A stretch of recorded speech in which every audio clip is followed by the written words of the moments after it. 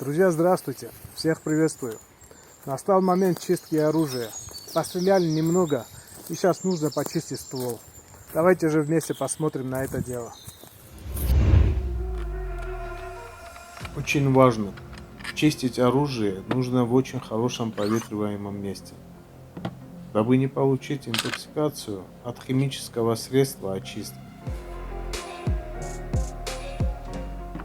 Есть мнение, что раз канал ствола с хромированным покрытием, то он не нуждается в чистке. Это не так, ребята. Потому что пороховые газы при сгорании образуют азотистое соединение, которые в итоге превращаются в азотистую кислоту из-за смешивания с парами жидкости. И даже если бы не этот факт, все равно приходится чистить ствол от остатков сплавившего полиэтилена и от порохового нагара. Чистку ствола разделяю на 3 этапа. Чистка самого канала, патронника и резьбовые соединения сменных чоков. Итак, для первого этапа нам нужны латунные пружинные ежи. Почему я предпочитаю латунные, знаете? Да потому что стальные не щадят канал ствола. Также нам понадобятся ежи из щетины. Они прекрасно подходят для распределения средства для очистки.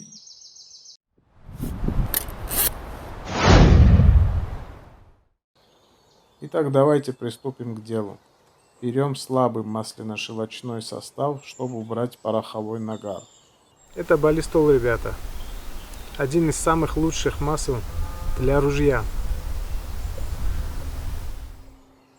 Щетинный еж смачиваем обильно и распределяем по всему стволу тщательно, не спеша.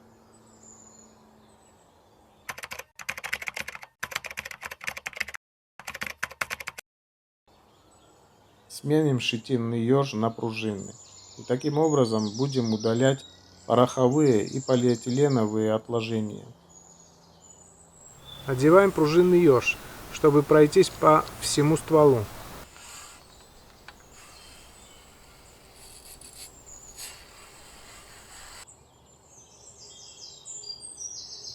Ружье чистим, как правило, от казны к дулу.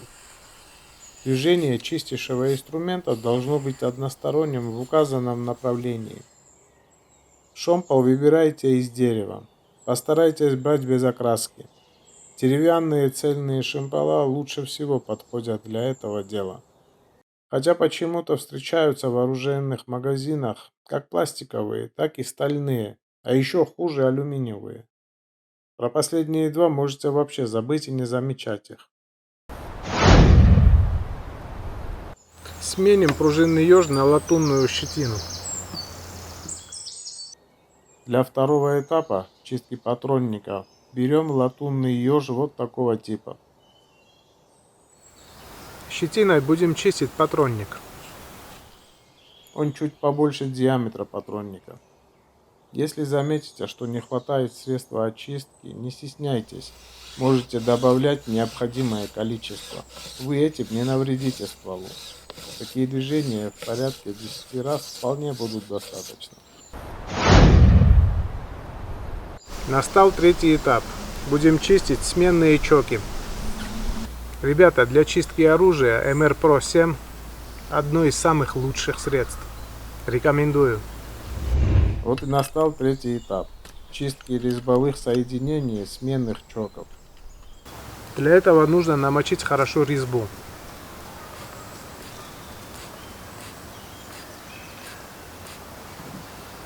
Берем латунную щетину и хорошенько вот такими круговыми движениями чистим. Ну а теперь уже можно тряпочкой прочистить.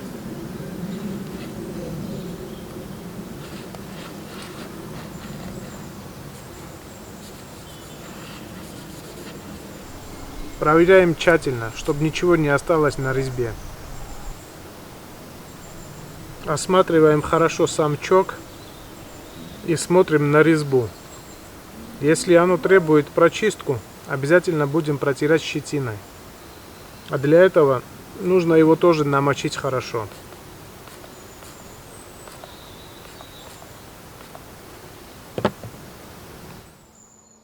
Щетинный еж нам тут в помощь. Ну а после этого уже можно тряпочкой хорошо, аккуратненько протереть его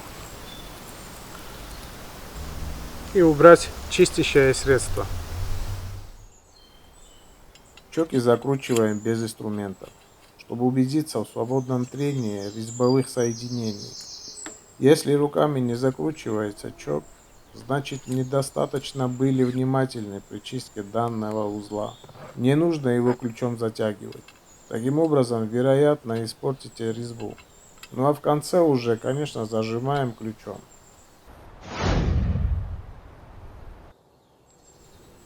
Настал конечный этап. Тщательно очищаем от всяких остатков.